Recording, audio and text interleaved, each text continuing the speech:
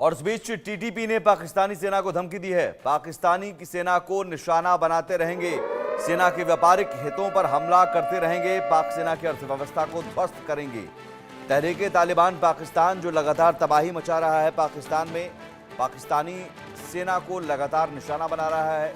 साल 2024 में सैकड़ों पाकिस्तानी सैनिकों को मौत के घाट उतार चुका है, कई सैन्य अड्डों को कब्जा में कर चुका है, कई सैन्य बेस को कब्जा कर चुका है, कई चौकियों पर कब्जा कर चुका है। अब उसने एक बार फिर से धमकी दी है कि हम ये हमला जारी रखेंगे। टीटीपी ने कहा कि हम पाकिस्तानी सेना की अर्थव्यवस्था को ध्वस्त कर देंगे। ये पाकिस्तानी सेना को धमकी टीटीपी की ओर से, और पाकिस्तानी सेना को निशाना बनाते रहेंगे। दरअसल खैबर पख्तूनख्वा प्रांत, जहां पर तालिबान का कहना है कि वो उसका इलाका है और वहां से पाकिस्तानी सेना को हट जाना चाहिए, जो डुरंड लाइन है वो हम नहीं मानते हैं, लेकिन पाकिस्तानी सेना की मौजूदगी है और जहां जहां मौजूदगी है वहां पर टीटीपी उसे निशाना बना रहा है। न सिर्फ निशाना बना रहा है बल्कि चौकियों को ध्वस्त कर रहा है। कई हमलों में पाकिस्तानी सैनिक मारे जा चुके हैं। सैकड़ों सैनिक, अब तक करीब 500 की संख्या में बताया जा रहा है कि 2024 में पाकिस्तानी सैनिक मारे गए हैं टीटीपी के हमलों में। और ये टीटीपी का सीधे सीधे ऐलान।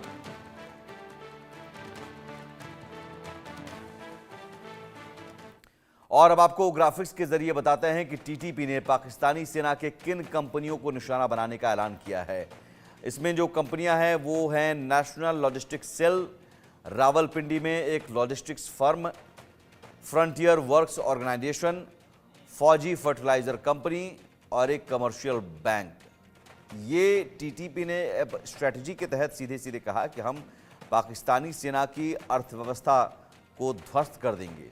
दरअसल अगर इन कंपनियों पर अटैक किया जाता है, ये तबाह की जाती हैं, तो पाकिस्तानी सेना को जो फंडिंग होती है, जो पैसे मिलते हैं, वो उस चेन में कहीं ना कहीं रुकावट आएगी।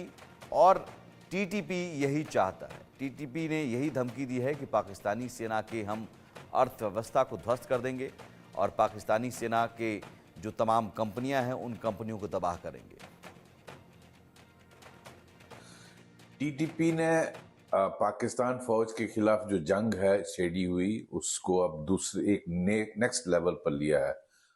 टीटीपी ने कल बयान में कहा कि हम जो Pakistan army run commercial establishments हैं, हम उनको टारगेट करेंगे। आप जैसे जानते हैं बहुत सारे बिजनेस पाकिस्तान फौज करती है, वो अपने देश की सुरक्षा में कम ध्यान देती है, ज़्यादातर धंधा करती है। और वहाँ का जो चीफ होता है वो गल्ले पे बैठता है और उस पैसे को कंट्रोल करता है, जिस पूरे देश को वो कंट्रोल करते हैं। तो टीटीपी ने आम पाकिस्तानियों को भी एक मैसेज दिया है कि आप please stay away from Pakistan army run जो जितने भी बिजनेसेस हैं। आप जानते हैं हर किस्म का धंधा पाकिस्तान की फौज चलाती है। तो अब पाकिस्तान फौज इन्हीं पैसों से दुबई में, लंदन में, कनाडा में, यूएसए में इनके जनरल घर खरीदते हैं, प्रॉपर्टीज खरीदते हैं, ड्यूल सिटीजनशिप रहती है। और इन सब के बीच पाकिस्तान और अफगानिस्तान में तनाव की स्थिति बनी हुई है। पाकिस्तान सरकार ने अब तालिबान पर आरोप लगाया है।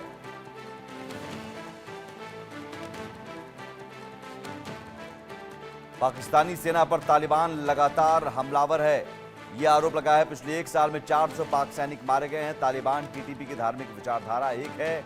टीटीपी को संरक्षण दे रही है तालिबान सरकार। पाकिस्तान सरकार एक तरफ आरोप लगाते हुए और खुद का दुखड़ा भी, दर्द भी बयां कर रही है। पाकिस्तानी सरकार कह रही है कि हमारे सैनिकों को मारा जा रहा है। 400 सैनिकों को मारा गया है अब तक। और पाकिस्तान सरकार का ये कहना है, शहबाज सरकार का, कि टीटीपी को संरक्षण दे रही है तालिबान सरकार। उधर टीटीपी बार बार कह रहा है कि हम तो मारेंगे, पाकिस्तानी सेना को और ज़्यादा मारेंगे, पाकिस्तानी सेना की पूरी अर्थव्यवस्था को ध्वस्त कर देंगे। शहबाज सरकार रो रही है और कह रही है कि साहब हमारे सैनिकों को मारा जा रहा है।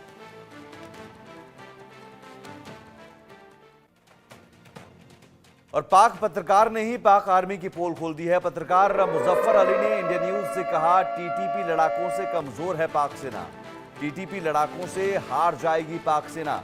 यह पाकिस्तानी पत्रकार मुजफ्फर अली चौधरी ने इंडिया न्यूज के शो में इस बात को माना है कि टीटीपी के आगे पाकिस्तानी फौज कमजोर है। सुनिए। जी बिल्कुल कमजोर, क्योंकि जब आपके अंदर के लोग उनके साथ उनकी हमदर्दियां हो तो फिर वो कहते हैं ना, घर का बेदी लंका ढाए। वो उस इलाके के जितने लोग हैं वो उनकी हमदर्दियां इनके साथ हैं। आपने देखा कि पाकिस्तान के जो साबिक प्राइम मिनिस्टर इमरान खान थे, उन्होंने भी हमदर्दियां दिखाई। उन्होंने भी जेलों से जो ये लोग बंद थे, हालांकि इन्होंने जो हमला किया था पेशावर में, जो एपीएस स्कूल था उसके ऊपर, जिसमें से 100 से ज्यादा बच्चों को इन लोगों ने मारा था, उन लोगों को उन्होंने रिहा कर दिया। तो वो एक कहीं ना कहीं यहाँ पर जो कुछ फैसले ऐसे पाकिस्तान की हुकूमत की तरफ से किए गए जिनका खुमियाजा अब हमें भुगतना पड़ रहा है। और उसमें आगे अब एक और जो नया, मैं आपको ये बताता चलूं कि जो एक डेवलपमेंट ऐसी चल रही है वो ये है कि अफगान तालिबान को काउंटर कैसे किया जाए, या इनको कैसे मजबूर किया जाए कि जी ये टीटीपी की सपोर्ट से बाज आ जाए। आपने बात की कि ये कुछ डिप्लोमेट, हमने देखा कि पिछले महीने जो एक पाकिस्तानी डेलीगेशन है वो वहां पर मौजूद था उस वक्त काबुल के अंदर, जब ये पाकिस्तान ने एयर स्ट्राइक की। तो आप समझिए कि पाकिस्तानी सेना की हैसियत क्या रह गई। पाक पत्रकार ने कह दिया कि बिल्कुल तालिबान के लड़ाकों के सामने पाकिस्तानी सेना कमज़ोर है, पाकिस्तानी सेना के जवान टिक नहीं पाएंगे।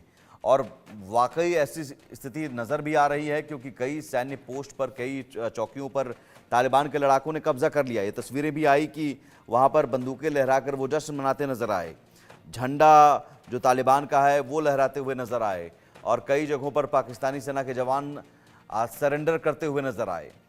तो वो पाकिस्तान जो गिदड़भबकी देता है भारत को, जो सेना प्रमुख या फिर आईएसआई प्रमुख भारत के खिलाफ साजिश रचने की सपने देखते हैं, वहाँ तालिबान के लड़ाकों के सामने उनका सरेंडर हो गया। और ये स्थिति वहाँ के पत्रकार ही बता रहे हैं। पाकिस्तान के पत्रकार कह रहे हैं कि साहब कमज़ोर है, तालिबान के लड़ाके के आगे पाकिस्तानी सेना टिक नहीं पाएगी।